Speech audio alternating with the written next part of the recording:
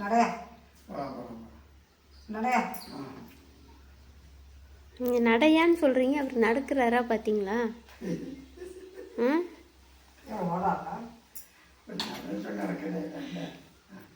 சரி அடப்பா அப்பா கூப்பிட்டவா போய்வா. சொன்ன பேச்சே கேட்க மாட்டேங்கிறாருல்ல தான் உங்கள் பேச்சை. இன்றைக்கே கேட்டா அதானே அவன் என்ன சாப்பிடு திருவள்ளுவர் வாசல் மாதிரி சொல்லணும். காலெல்லாம் பண்ணு அங்கேருந்து வந்தோம்னா ராணிமார்னா வள்ளுவர் வாசிக்க அவங்க ஏன் கதைனா துர்கா ஒரு சின்ன கதை துர்கா. வாசிக்கு வள்ளுவர் என்ன சொல்லுவார்னா, சாப்பாடு போடும்போது உட்காரிச்சு இலை போட்டு தலை போடுவாங்க.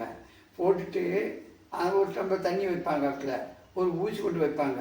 இது வச்சுட்டு என்ன சொல்லுவாங்க, அப்போ அந்த அம்மா சோறு பரிமாறுவாங்க. அப்போ பரிமாறும்போது இந்த மாதிரி இது கடைசி அந்த அம்மா ஆயுசுள்ள வரைக்கும் இதே மாதிரி பரிமாறிட்டு இருக்காங்க.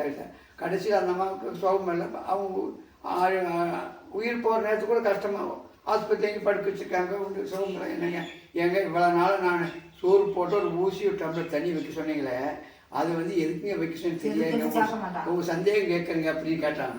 அது வள்ளுவர் சொன்னாரா, நீ சோறு பரிமாறும் போது ஒரு சோறு கீழே தவறி விழுதா கூட அது ஊசியில் குத்தி அழைச்சி எடுத்து சாப்பிட்றதுக்கு வேண்டியது போட்டேன், அதுக்கு தான் போனேன். ஆனால் அன்னிலிருந்து இன்ன வரைக்கும் உங்கள்கிட்ட வந்த மாதிரி குறை வரல, அந்த சோறு கூட பரிமா அப்படி இருக்கிற ஒரு விளக்கம் நம்ம அதுக்கு தான் நம்ம அவங்க இருக்காங்க. நம்ம எங்கள் அப்பா அதே சொல்லுவார் வள்ளுவர் வாசி மாதிரி அந்த அம்மா வாசிக்கின்னு கூப்பிட்டாங்க. தண்ணி சேர்ந்தாலும் கூட அந்த தண்ணி கயிறு அப்படியே நிற்கும் விட்டுருவாங்களாம். அப்படி வந்தா கூட அப்படியே நிற்குமா அது வள்ளுவருடைய மனைவி வாசி. இதில் மேரேஜ் போய் மீட்டிங் போட்டோம்பா இது வச்சுட்டு அதை வச்சு பேசுவார் மாமா, நீங்கள் 2 பேரும் இந்த மாதிரி புருஷன் வள்ளுவர் வாசமாக வளரணும் இப்படி அவங்க என்ன சொன்ன இந்த மாதிரி அந்த அம்மா கேட்ட சந்தேகம், இந்த ஊசி எதுக்கு வச்சிங்க தண்ணி வச்சு சொல்லி கொடுத்தா. அப்போ அந்த கருத்து சொல்கிறேன், சோறு குத்தி தண்ணீர் ஆச்சு சாப்பிட்றதுக்கு விட்டுருங்க. அந்த காப்பி ரொம்ப சிந்தவர் அவரும் நல்லா அப்படிதான் சண்டை போட்டு போகக்கூடாது. வீட்டுக்கெல்லாம் வரும்போது அப்பா அம்மா நீங்கள் என்றைக்கும் சண்டை போட்டு வீட்டு வரக்கூடாது. இன்னும் அந்த சூழ்நிலை நாங்கள் வருவாக்கல.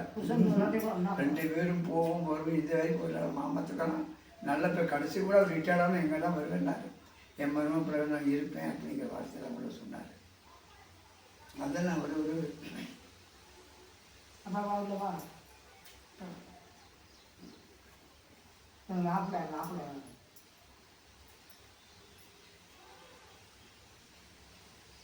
அப்பா தங்கச்சி பையன் அம்மா தங்க பையன் மாமா 2 வகையும் சொன்னோம்.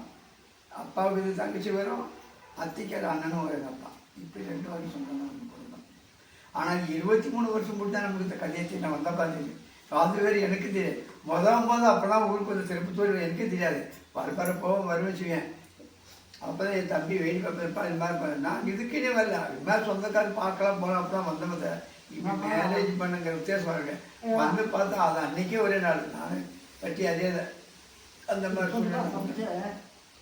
பொண்ணு புது நான் பொண்ணு பார்க்கல, பொண்ணு புதுன்னு ஓடி ஓடிட்டார்.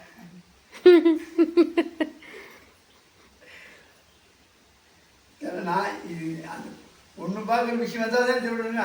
அவங்க நினச்சி பார்த்த உடனே எல்லாம் ஊருக்கு பார்த்தாங்க. அப்போ பொண்ணு பார்க்க வந்துருக்கான்னு எல்லாம் நினச்சிருக்காங்க. அது என்னவே இல்லை. அவங்களும் தைய கிளாஸ் படிச்சிருக்கவங்க இருக்கவங்க.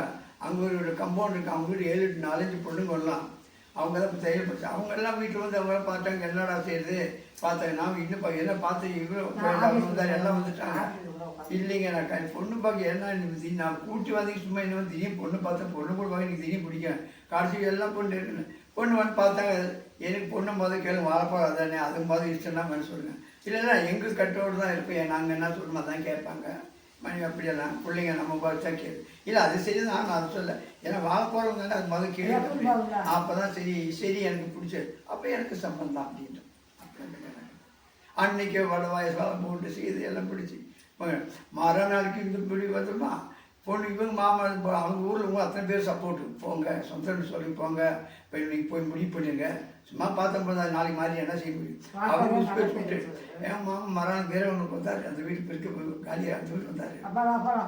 வந்தாங்க அத்தி மாமா வந்தாங்க. வந்து பார்த்து நான் ஸ்கூல் எல்லாம் வச்சு கொடுத்து சாப்பிட்டாரு. வரணும் சொன்னோடனே எல்லாம் மனசு சந்தோஷப்பட்டோம். 6 மாதம் கூட மேரேஜ் அப்பயே நடந்தது. நிச்சயதாரம் பண்ணிக்க அப்படிங்க. அப்படியே கதை கட்டுறது. நிறையா இப்போ தண்ணி ஊற்ற நாளாச்சா ஊற்றி பாச்சா